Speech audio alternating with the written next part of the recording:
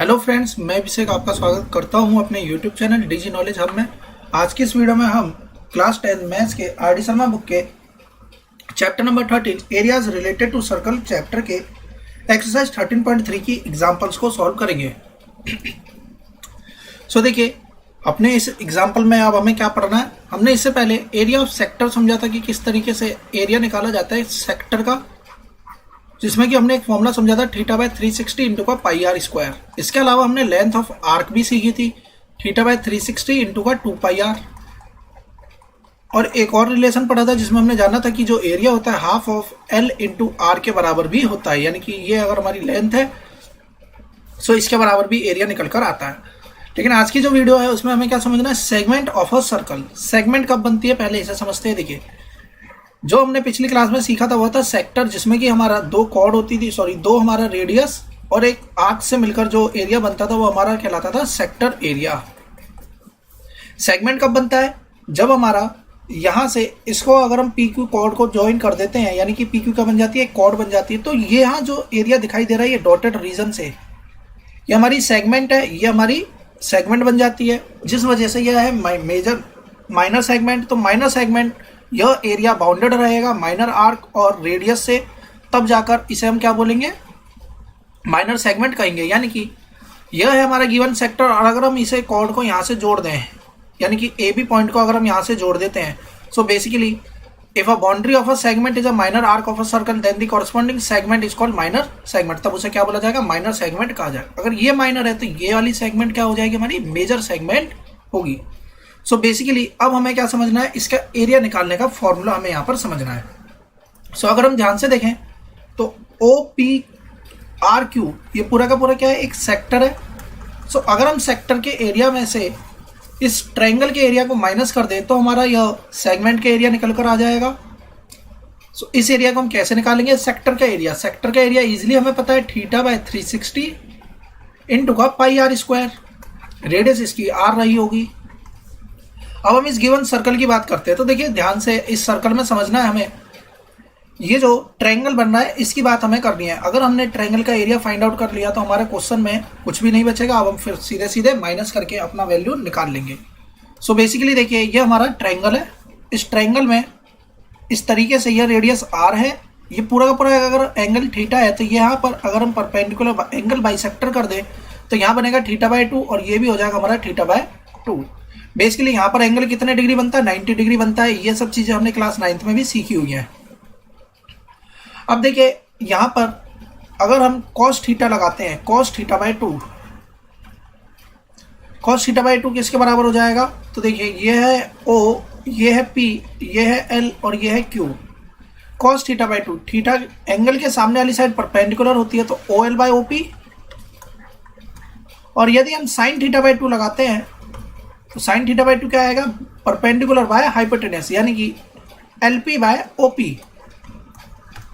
So basically अगर यहाँ से हम OL की बात करें, यानी OL अगर हम यहाँ से फाइंड आउट करें तो OL कितना आएगा, OP, और OP कितना है, R। तो OL आ गया R cos θ/2। और यहाँ से अगर हम PL निकालें, यानी कि यह परपेंडिकुलर की बात करें तो यह कितना आएगा, R sin θ/2। सो अब हमारे पास में ध्यान से समझना यह है कि गिवन ट्रायंगल में हमारे पास में OL निकल कर आ गया R cos θ/2, ये वाली साइड आ गई R sin θ/2। अगर PL R sin θ/2 है तो LQ भी R sin θ/2 होगी।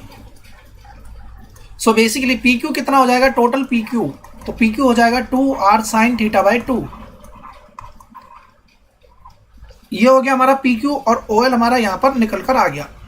गिवन ट्रायंगल में एरिया कैसे निकाला जाएगा, half into base into height. तो देखिए यह बेस बन गया PQ और हाइट क्या होगी, OL, तो हाफ इंटू PQ इंटू का OL। वैल्यू पुट करेंगे, देखिए 2 से 2 कट जाएगा, R स्क्वायर sin θ/2 cos θ/2। इसका मतलब यह हो गया कि पूरे सेक्टर का एरिया हो गया θ/360 इंटू का पाई आर स्क्वायर। ट्रायंगल का एरिया हो गया R स्क्वायर sin θ/2 cos θ/2। इनको माइनस कर देंगे तो हमारा जो सेगमेंट है उसका एरिया निकल के आ जाएगा, यानी कि PRQL, ये वाली जो एरिया बनेगा यह हमारा वैल्यू निकल कर आ जाएगी। सो यानी कि अब हमारे पास में फॉर्मूला सीधा सीधा क्या बन गया, θ/360 इंटू का पाई माइनस का sin θ/2 cos θ/2, R स्क्वायर दोनों से कॉमन करके हमने बाहर ही मल्टीप्लाई कर दिया। अब हम आते हैं अपने क्वेश्चंस पे। सिंपल से क्वेश्चन है, इसी तरीके से सिर्फ फॉर्मुला बेस्ड क्वेश्चन है, फॉर्मुला पुट करेंगे और आंसर निकाल लेंगे। लेकिन ध्यान क्या रखना है, थीटा बाय 2 का हमें ध्यान रखना पड़ेगा कि एंगल जितना दे रखा है यहाँ पर उसका हाफ ले लेना है। मतलब यहाँ पर यह हुआ कि देखिए पहले तो यहाँ पर सेगमेंट बोला गया, सेक्टर नहीं बोला गया, तो ध्यान रखिएगा कि सेगमेंट पूछा जा रहा है या सेक्टर। पाई बाय 360 इंटू का थीटा, यहाँ पर तो थीटा 120 रहेगा, लेकिन जब साइन थीटा बाय 2 की बात करेंगे तो ये पूरा डिवाइड करने से 60 बचेगा, कॉस 60 हो जाएगा। एंगल हमेशा इस टाइप से दिए गए होंगे जो कि आपने क्लास 9th में एंगल्स पढ़े हैं, सॉरी क्लास 10th में आपने जो ट्रिग्नोमेट्री चैप्टर में एंगल्स पढ़े हैं। और यदि यहाँ पर कोई अलग से एंगल होगा तो वैल्यू आपको क्वेश्चन में पहले से मेंशन होगी। सो देखिए डायरेक्टली फॉर्मूला अप्लाई करा, रेडियस की जगह पे आर स्क्वायर, क्योंकि यह सेगमेंट का एरिया है तो जो यूनिट निकल कर आएगी वो भी किस में आएगी, सेंटीमीटर स्क्वायर में ही आएगी। नेक्स्ट क्वेश्चन देखिए क्या कहता है, यहाँ पर 10 है, यहाँ पर भी 10 है और यहाँ पर लिखा हुआ है 90 डिग्री, यानी कि इस सेक्टर का एरिया निकाल देते हैं। उसमें से यदि हम ट्रायंगल के एरिया को माइनस कर दें तो हमारा सेगमेंट का एरिया निकल कर आ जाएगा। तो देखिए वैल्यू फॉर्मूले वैल्यू पुट करेंगे, सॉल्व करेंगे। थीटा जो है 90/2 करेंगे तो देखिए 45 आएगा, यहाँ भी 45 आएगा। वैल्यू पुट करने के बाद में हमारा एरिया निकल कर आ जाएगा। अब ध्यान से देखते हैं तो क्वेश्चन में बोला गया है कि मेजर सेगमेंट का भी निकालिए एरिया और माइनर सेगमेंट का भी। माइनर का एरिया निकल गया। अब यदि हम पूरे सर्कल के एरिया में से माइनर का एरिया माइनस कर दें तो बचा हुआ मेजर सेगमेंट का एरिया भी निकल कर आ जाएगा। तो इसी तरीके से हमने मेजर सेगमेंट का भी एरिया फाइंड आउट कर लिया। नेक्स्ट क्वेश्चन देखिए क्या कहता है, एक कॉर्ड है ए बी जिसका की रेडियस है 15 सेंटीमीटर, उस सर्कल की रेडियस है 15 सेंटीमीटर, एंगल बनना है 60 डिग्री सेंटर के साथ में। मेजर एंड माइनर सेगमेंट बताइए। तो देखिए रेडियस हमें चाहिए था और एंगल थीटा भी चाहिए था। वैल्यू पुट करेंगे और सॉल्व कर लेंगे।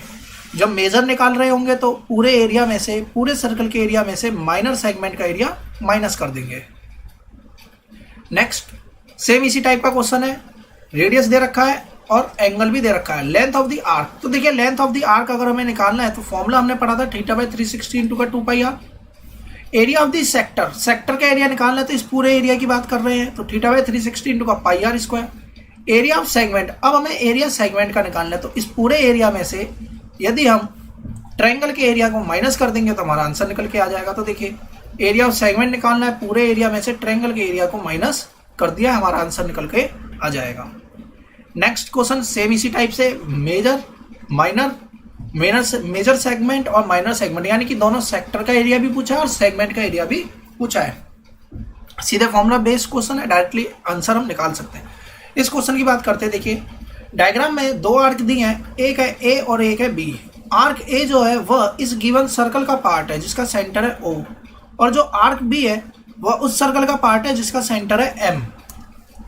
सो बेसिकली हमसे क्या कहता है, arc B is a part of the circle with centre M and radius P M, और इसका रेडियस हो जाएगा P M, where M is the mid point of P Q, जो पी क्यू का मिड पॉइंट है। So कीजिए कि area enclose by 2 arc is equal to, यानी कि ये एरिया हमें यहाँ पर फाइंड आउट करना है। सो देखिए यह एरिया अब हम किस तरीके से निकाल सकते हैं। यदि हम यहाँ पर इस पूरे सेक्टर का एरिया निकाल दें, या हम ये काम कर सकते हैं कि डायरेक्टली पूरे सेगमेंट का एरिया फाइंड आउट कर लेते हैं। इसका सेगमेंट का एरिया, ये फॉर्मूला लगाएंगे, सेगमेंट का एरिया निकल कर आ जाएगा। उसके बाद में इस सेमी सर्कल का एरिया फाइंड आउट कर लेते हैं। पूरे सेमी सर्कल में से इस सेगमेंट का एरिया यदि हम घटा देंगे तो बचा हुआ शेडेड रीजन का एरिया निकल कर आ जाएगा।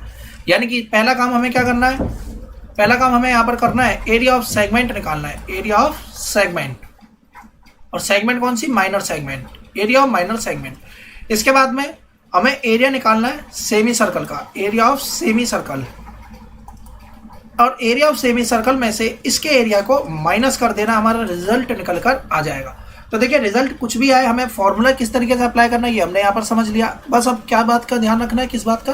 तो देखिए हमें यहाँ पर वैल्यू दे रखी है 5, 10, लेकिन हमें यहाँ पे एंगल मेंशन नहीं है।